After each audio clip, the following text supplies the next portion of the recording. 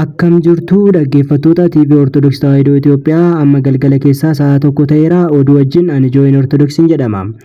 Hangafoota oduu eebbifamoo Abune Elsaayii Arsii Bahaa Aanaa Muunessaatti imaluun isaanii himame. Eebbifamoo Abune Elsaayii gara Arsii Aanaa Muunessaatti imaluu isaaniitiin barattoonni dilbataa mana amantaa qulqulleettii galmee Haraaraa sagantaalee garaagaraa qopheessuu irratti argamu. Barattoonni kuni sagantaalee garaagaraa qopheessuudhaan eebbifamoo Abune Elsaayii simachuu irratti argamu.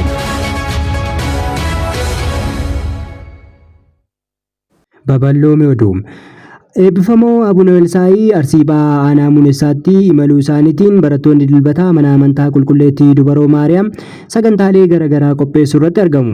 Barattoonni dilbataa mana amantaa qulqulleettii galmee Haraaraa magaalaa Eegoo keessatti qophiilee garaagaraa simannaa eebbifamoo Abune Elsaayiif taasifamu irratti sagantaa garaagaraa qabachuudhaan mana amantaa keessatti qophii garaagaraa qabaachuu isaanii himaniiru.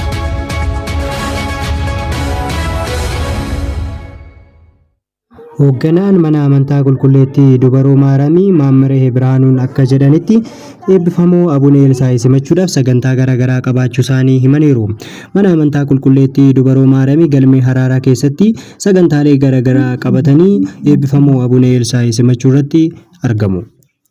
Oduu biraan hanga walitti deebinutti nagaan turaa yeroo gaarii qabaadha. Viidiyoo kanas sheer koppii liinkii godhuun uummata kiristaanaa hunda biraan ga'a.